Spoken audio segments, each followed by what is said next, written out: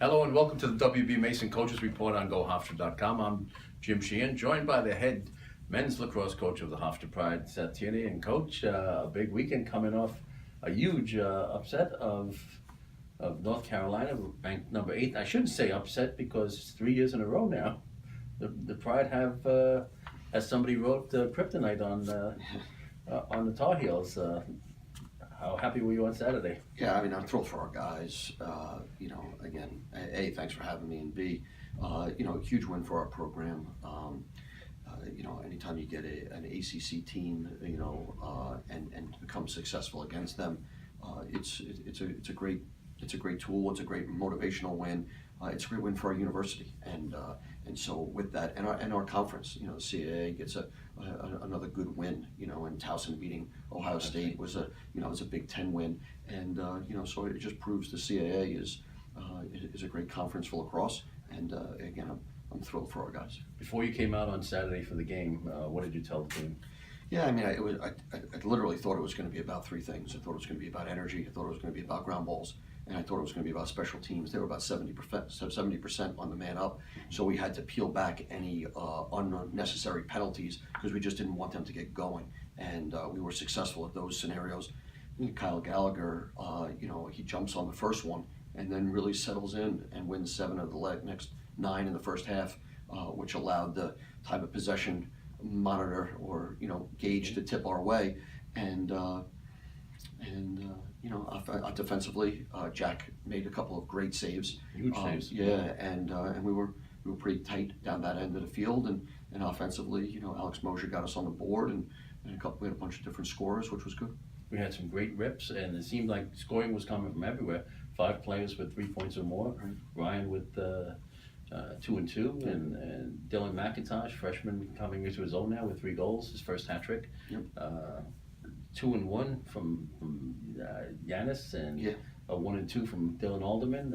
Yep. You have to be proud that people Sharing. are spreading it out. Yeah, we're spreading it out, and more so, we just don't have a great player. You know what I mean? We just have a bunch of really good players, and when they buy into what we're doing, then the wheel could spin a little bit, and then they understand and they buy in, then we're fine. We can compete with a lot of people when that happens, but everybody, as we talked about, everybody's got to bring their piece of the puzzle so this thing gets together. You have to be happy now that you had the whole starting midfield back, with Brendan Kavanaugh coming back, Alex Mosher back, Dylan Alderman, although he got dinged up at the end of the game. Yeah.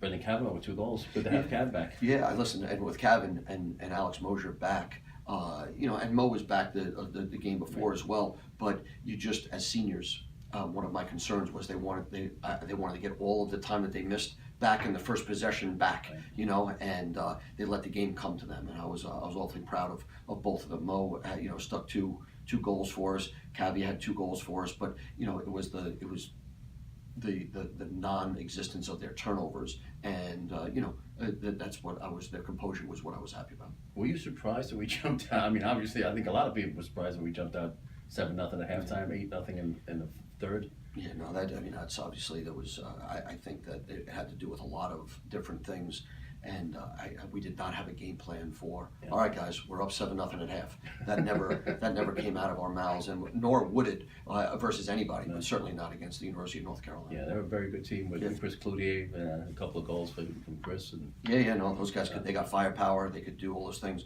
and that's one of the things that I was really proud of our guys. We give credit to North Carolina for playing us 3 years in a row. No question. Coach Joe doing a great job down there. And, absolutely. And, best of luck to the Tar Heels. A busy week this week, 2 games, starting tomorrow with a scheduled 7 o'clock game against the Hawks of Monmouth.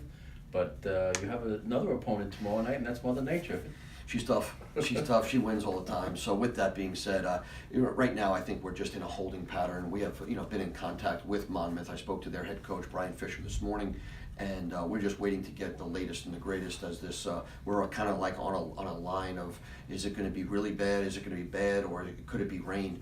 They're supposed to just get rain down there in the Monmouth area. So I think we just need a little bit more information. We're talking about if it does get bad, then maybe we'll play it on Wednesday. But let's not make any decisions yet. And as soon as we do make a decision, we'll get it out to all the media outlets, and we'll let everybody know as soon as we do. So right now that game is scheduled for 7 o'clock Tuesday night. So we hope you'll be there. Pay attention to GoHofstra.com for any changes. The Hawks, 2-3 this year. They've got some firepower. Brian Wasserman can sling it. Yeah. Now, we played those guys last year, and anytime you talk about a team with Brian Fisher on the staff, there's respect there. Billy McCutcheon is a guy that I coached in a prior life, and I know what type of passion he brings to the table. They got guys that can sling it. There's no getting around it. We were lucky to get out of there 11-9 last year, and we know that this is a huge game, because it's the next game. So we got to learn about them today and tomorrow, and then we'll see what happens on game day. I know you don't like looking ahead, but you got Providence on Saturday up in Providence. Excuse me, and then after Providence, another Tuesday night home game against Lehigh. 5-1, 16th ranked right now in the media poll. It's kind of a surprise for the Mountain Hawks. Kevin Cassis, he does an unbelievable job. A product coming out of Duke. He's been with the USA guys. He just knows how to coach, and they're having a great year. And they beat Army this past weekend. So, you know me. I don't really talk much about the future. Right now, it's Monmouth and just Monmouth. Okay. Well, good luck against the Hawks, and we'll find out tomorrow what time we're playing, whether it be Tuesday night or Wednesday afternoon. Right now on schedule for tomorrow night, and then we will, if something changes, we'll let everybody know. Sounds good. Good luck. Thank you. And thank you for watching the WB Mason Coaches Report on GoHofstra.com.